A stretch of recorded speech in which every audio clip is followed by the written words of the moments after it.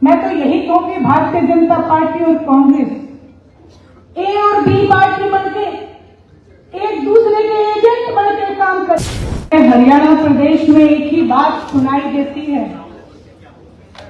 कि हरियाणा में यदि कोई शेर नेता है तो नाम आदरणीय अभय सिंह जी चौटाला का ही आता है। जब भी कोई विपक्ष में भी कोई जिक्र करता है तो वो इस बात के मुरीद है कि नेता है और दमदार नेता है तो वो इंडियन नेशनल लोकदल के आदरणीय अभय सिंह जी चौटाला है। बहुत ही मान और सम्मान के योग्य आदरणीय जननायक इलाहाबाद से विधायक भावी मुख्यमंत्री आदरणीय अभय सिंह चौटाला जी उनके सारथी बने। मैं अभी सुन रही थी, सभी बोल रहे थे नवनियुक्त, लेकिन हमें कभी भी महसूस नहीं हुआ कि माजरा साहब नवनियुक्त हैं, बल्कि चाहे वो पार्टी से दूर थे लेकिन फिर भी एक आशीर्वाद महसूस होता था कि माजरा साहब का आशीर्वाद हमेशा हमारे साथ था और रहेगा। मैं बहुत ही आदरणीय रामपाल माजरा जी का हिसार पहुंचने पे बहुत बहुत स्वागत करती हूँ। बहुत ही मेहनती हमारे प्रवक्ता आदरणीय उमेद लोहान जी, मोर्चा जिला के अध्यक्ष बहुत ही मेरे बड़े भाई सतबीर सिसाई जी, हमारी महिला के जिला की अध्यक्ष रामा देवी जी, ललिता टांग जी, अनु सूरा जी, सुशीला जी, मैं किस किस का नाम लूं, मेरी तो सारी ताई चाची, कोई भाभी और कोई बहन यहाँ पे बैठी हैं। आप सब मेरे लिए बहुत ही आदरणीय हैं। वहीं मंच पे बैठे सभी सम्मानित नेतागण, जिला हिसार के सभी सम्मानित मैं तो यही कहूंगी, कोई मेरा भतीजा है, कोई मेरे भाई है, जितेंद्र शोरान जी, और जितने भी यहाँ पे मेरे भतीजे आए हैं, मेरे भाई, मेरे ताऊ चाचा, सबको मैं दिल से बहुत बहुत धन्यवाद करती हूँ, अभिनंदन करती हूँ। आज आप सबने एक कार्यकर्ता मीटिंग को एक सम्मेलन में जो परिवर्तित किया, उसके लिए भी मैं आप सबका बहुत बहुत धन्यवाद करती हूँ। मैं माफी चाहूंगी, सबसे पुराने हमारे चतर सिंह जी यहाँ पे बैठे हैं, मैं उनका भी दिल से धन्यवाद करती हूँ, अभिनंदन करती हूँ। आज वैसे तो आप सब लोग आदरणीय अभय सिंह जी चौटाला के दिशा निर्देश को सुनने, आगामी लोकसभा के लिए जो रणनीति, जो आदेश वो हमें देने आए हैं, उसको सुनने के लिए आए हैं। मुझे मंच पे आके दो शब्द बोलने के लिए कहा गया तो मैं आप सबसे प्रार्थना कर सकती हूँ, और मेरी प्रार्थना यही है कि आप सब लोग, जब भी मैं गांव गलियारों में जाती हूँ, एक बात का जिक्र हमेशा सुनती हूँ कि जो काम आदरणीय ओम प्रकाश जी चौटाला के राज में हुए, जो काम आदरणीय चौधरी देवीलाल जी ने किए, वैसे काम हरियाणा प्रदेश में बेटी कौन करेगा। जब भी नाम लेते हो एक बात कहते हैं कि चौधरी देवीलाल तो चौधरी देवीलाल ही हुआ करते थे,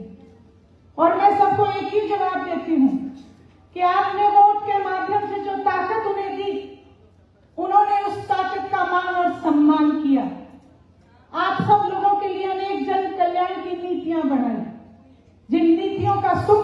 आज तक हम भोगते आ रहे हैं। मैं उनसे प्रार्थना करती हूं कि आप इस वोट की ताकत को आदरणीय अभय सिंह जी चौटाला के हवाले करके देखो, और मैं प्रार्थना करती हूं कि जब आप एक एक वोट आदरणीय अभय सिंह जी चौटाला की ताकत बनकर उन्हें ताकत दोगे, तो जैसे आदरणीय चौधरी देवीलाल जी ने आपकी वोट का मान और सम्मान किया, वो उसी प्रकार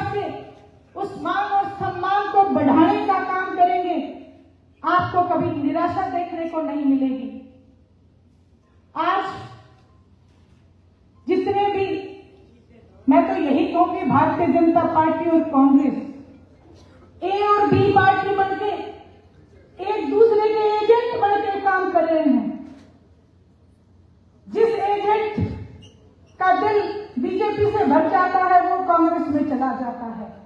जिस एजेंट का दिल कांग्रेस से भर जाता है वो बीजेपी में चला जाता है। जहां भारतीय जनता पार्टी तमाम नेताओं के लिए पिछले चुनावों में अपने भाषण के दौरान उन्हें भ्रष्ट बताती रही, आज जब वो उनकी पार्टी में शामिल हो जाते हैं तो वो दूध के धुले हो जाते हैं। आप लोगों से प्रार्थना करना चाहती हूं, आदरणीय चौधरी देवीलाल जी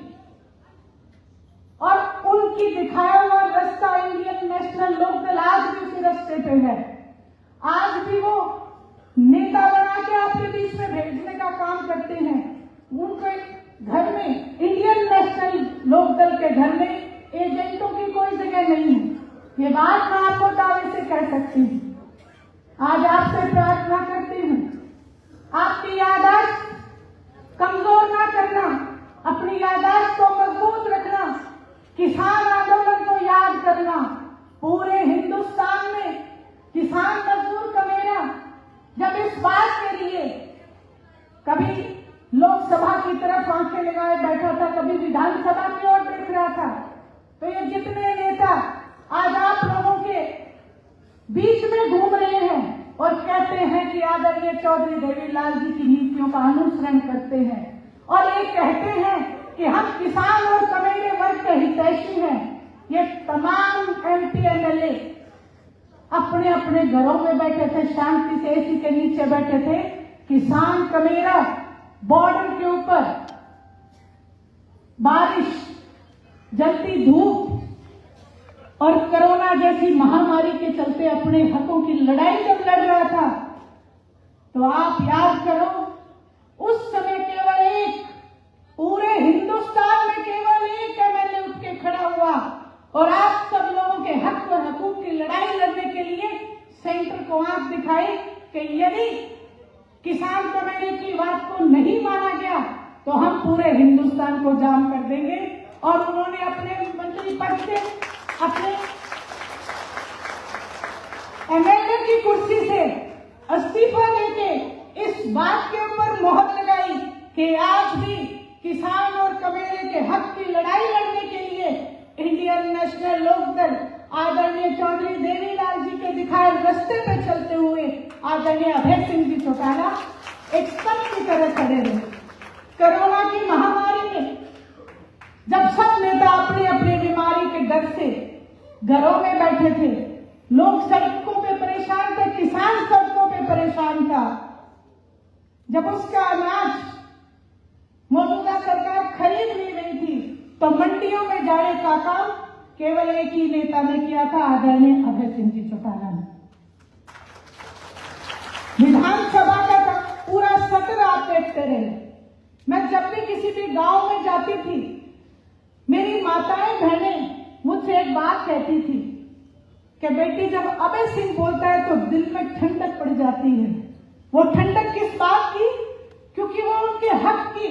उनके बच्चों के हक की, जमींदारों के हक की, आंगनबाड़ी के महिलाओं के हक की, आशा वर्करों के हक की, बेरोजगारी के लिए वो हमेशा लड़ाई लड़ते दिखे थे। आप सबसे इसी याददाश्त को मजबूत करते हुए मैं यही कहूंगी कि अगर हरियाणा प्रदेश को बचाना है तो आदरणीय अभय सिंह जी चौटाला को हरियाणा प्रदेश का सर्वे बनाना है। आज आप सब लोग इतनी मात्रा में आए, आप सबने जो मान और सम्मान दिया उसके लिए मैं आपका बहुत बहुत धन्यवाद करती हूँ। मुझे यहाँ बोलने का जो मौका दिया, मुझे मान और सम्मान दिया, उसके लिए शेष नेतृत्व का भी मैं दिल से धन्यवाद करती हूँ।